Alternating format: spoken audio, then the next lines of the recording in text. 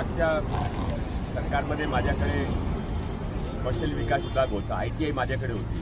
ITI मध्ये माझ्याकडे अशी लोकांनी शिकायत केली होती की आदिवासीच्यासाठी जे रिजर्व सीट आहे, आरक्षित सीट आहे, त्यामध्ये ज्याने आदिवासी कन्वर्ट करून मुस्लिम झाला किंवा ख्रिश्चन झाला ते पण ॲडमिशन घेताना आमच्या जे हक आहे ते मारून घेतात. म्हणून मी कमिटीचं गठीत केलं. 268 असे केस आढळले. त्यामध्ये त्याचा आदिवासी नाही आहे. आदिवासीचं रिझर्वेशन कशासाठी होता?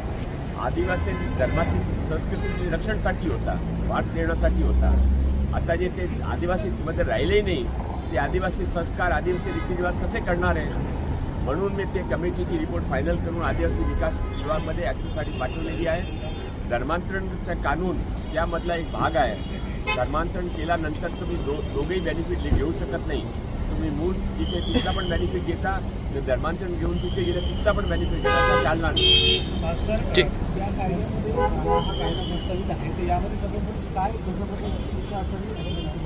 ते आता सरकार बघतील. आता मी ते सांगू शकत नाही. आता कायदा इन प्रिपरेशन आहे. कायदा एक वेळ झाला तर सर्वांनी कळेल. ठीक. मुंबईमधल्या म्हाडा कार्यालयामध्ये घटना घडली आहे. एका महिलेने जे आहे ते अधिकाऱ्याच्या केबिनमध्ये पैसे जे आहे ते टाकले आणि अधिकाऱ्याच्या केबिनच्या दरवाजाला पैशाची माळ जे आहे हार जो आहे घातला. कुठेतरी तिला दाखवायचं होतं की पैसे दिल्याशिवाय म्हाडामधल्या बऱ्याचशा गोष्टी होत नाही हे दाखवण्याचा तिने प्रयत्न केला. अधिकाऱ्यांच्या विरोधात घोषणा केली. असं आहे, ज्याने केल्या त्याच्या मनामध्ये काय मला माहीत नाही. माझ्या मनामध्ये असं आहे की एकाच कधी कोणी अधिकारी असा केला असेल तर त्यामधून सर्व डिपार्टमेंटने किंवा सरकारने आपण बदनामी करता हा काही चांगली गोष्ट नाही आहे. सरकार आहे, पोलीस आहे म्हणून देश चालत आहे. एक वेळा लोकांच्या पोलीसवर सरकारवर विश्वास उठला तर प्रॉब्लेम वाढतील. एकाच अधिकारीची गोष्ट नाही, सर्व डिपार्टमेंटची गोष्ट म्हणून आपण लोकांच्या समोर ठेवू नये असं माझ्या सर्वांना आग्रह आहे.